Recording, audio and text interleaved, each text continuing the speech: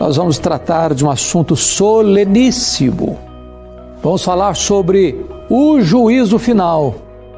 E vamos basear esta mensagem em Apocalipse capítulo 20, versos 11 a 15. Vamos ouvir a leitura deste texto. Vi um grande trono branco e aquele que nele se assenta, de cuja presença fugiram a terra e o céu, e não se achou lugar para eles.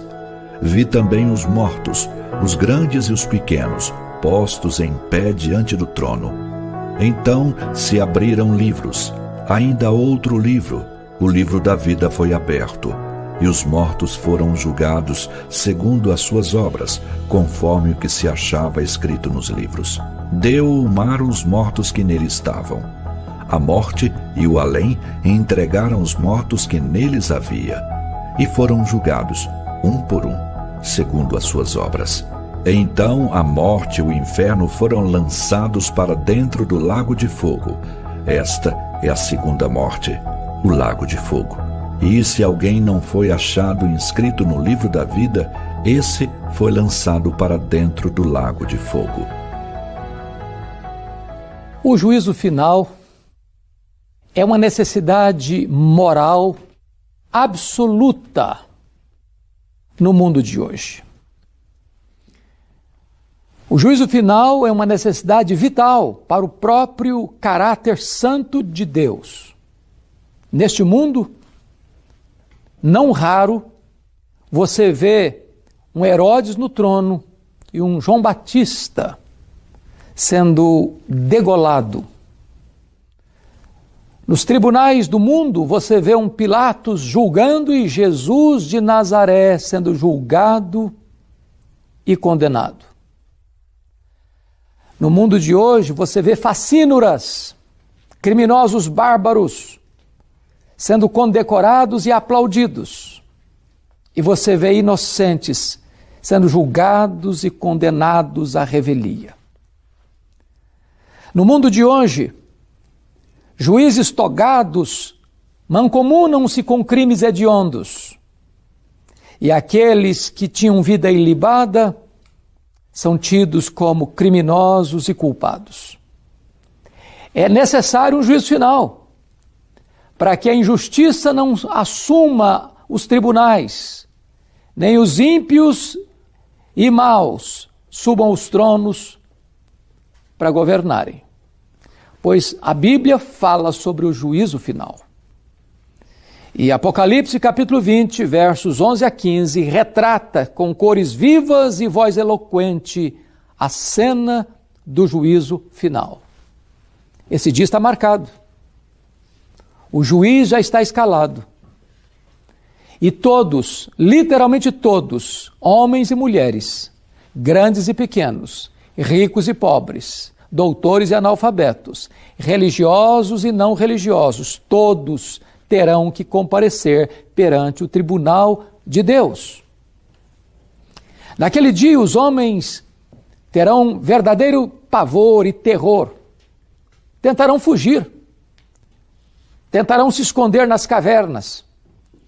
E eles estão com medo, não da morte.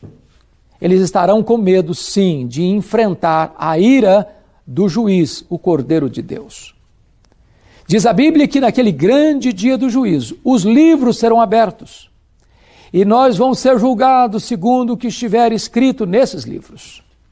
Naquele dia, testemunhas levantar-se-ão contra nós. Primeiro, nossas próprias palavras. A Bíblia diz que nós vamos dar conta no dia do juízo por todas as palavras frívolas que nós proferimos.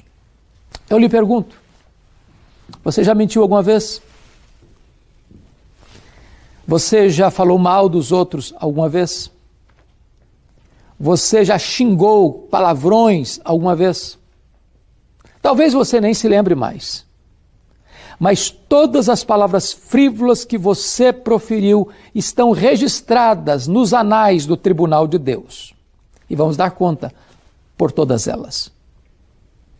A Bíblia diz que nós seremos julgados pelas nossas obras. Quanta coisa você fez? Seu pai não sabe, sua mãe não sabe, Sua mulher não sabe, seu marido não sabe, seus filhos não sabem, seus pais não sabem, seus amigos não sabem. A lei dos homens não alcançou você, mas Deus sabe. Você fechou a porta do quarto para ninguém ver, mas Deus estava lá. Você apagou a luz, mas para Deus luz e trevas são a mesma coisa. E vamos ser julgados segundo as nossas obras. Nada passará ileso e nada ficará oculto aos olhos daquele que vê todas as coisas e sonda todos os homens. Mas naquele grande dia do juízo, diz a Bíblia que nós vamos ser julgados também pelas nossas omissões. A palavra de Deus diz que se você sabe que deve fazer o bem e não faz, disso você está pecando. Em outras palavras, você pode estar dentro da sua casa, não falando mal de ninguém, não fazendo mal para ninguém e cometendo um terrível pecado de omissão. Jesus pontuou isso quando disse: estive com fome e não me deste comer, eu estive com sede e não me deste beber, estive nu e não me vestiste, doente e não fostes ver-me, preso e não me visitaste, forasteiro e não me abrigaste. E quando as pessoas perguntarem, mas quando te vimos assim? Todas as vezes que deixaste de fazer a um desses pequeninos, a mim o deixaste de fazer. E a condenação para aqueles que cometeram o pecado da omissão é gravíssima. É a condenação eterna, é a separação para sempre da face de Deus. Mas mais do que isso, diz a Bíblia que no dia do juízo nós seremos julgados pelos nossos pensamentos, desejos e intenções do coração. O único tribunal que tem competência para julgar foro íntimo é o tribunal de Deus. Quantos pensamentos povoam a sua mente todos os dias? Quantos desejos sujos, malignos, perversos, pervertidos passam pela sua mente e pelo seu coração que você não tem coragem de contar para o amigo mais íntimo, pois Deus conhece o seu coração e julgará os segredos do seu coração. Dia do juízo, quando tudo isso virá à tona e tudo aquilo que está escondido será proclamado dos eirados à plena luz do sol. Talvez você pergunte, bom, por esses quesitos e por esses critérios, quem pode escapar? Quem pode ser inocentado? Quem pode sair deste tribunal justificado? E eu posso lhe garantir que por esses quesitos todos nós, indistintamente, seremos culpados. Porque o requisito que Deus exige é 100% de perfeição. A alma que pecar, esta morrerá, diz a Bíblia. A Bíblia diz que Deus não inocentará o culpado e todos são culpados. Talvez esta palavra deixe você numa situação até de desespero, de angústia, de um beco sem saída. Mas eu tenho uma boa nova para lhe dizer, porque está escrito nesse texto que um outro livro então será aberto, o livro da vida do Cordeiro. Se alguém não for encontrado com o seu nome escrito neste livro, será lançado para o fogo eterno. Condenação eterna. Porém, se o nome estiver escrito no livro da vida, este não será condenado, mas desfrutará da bem-aventurança eterna.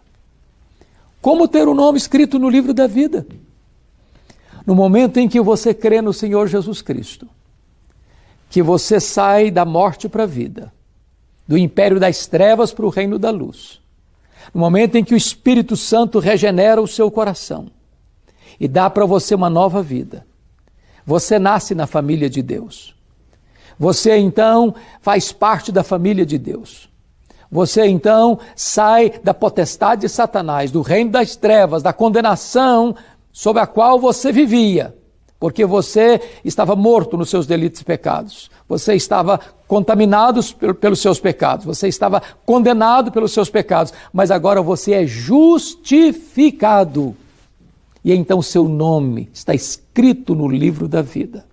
A penalidade que você deveria receber, Jesus recebeu em seu lugar. Na cruz ele pagou a sua dívida. Ele quitou o seu débito. Ele levou sobre si, no seu corpo, no madeiro, os seus pecados e deu um grande brado. Está consumado, está pago. Se você está em Cristo, nenhuma condenação haverá mais sobre a sua vida. Hoje você pode ter a convicção de que naquele grande dia do juízo, você será colocado diante do juiz e ele vai dizer para você: vinde, bendito do meu Pai, entre na posse do reino que te está preparado desde a fundação do mundo. Aquele dia para você não será de trevas, mas de luz, não de dor, mas de alegria imensa e indizível. Agora mesmo eu quero orar por você e colocar a sua vida diante de Deus. Pai, eu te peço que tu apliques a tua palavra ao coração daqueles que nos acompanham e nos assistem, para que eles possam crer em Jesus e receberem dele a vida eterna e passarem da morte para a vida. Assim oramos, em nome de Jesus. Amém. Pastor Rodrigo, que privilégio tê-lo comigo.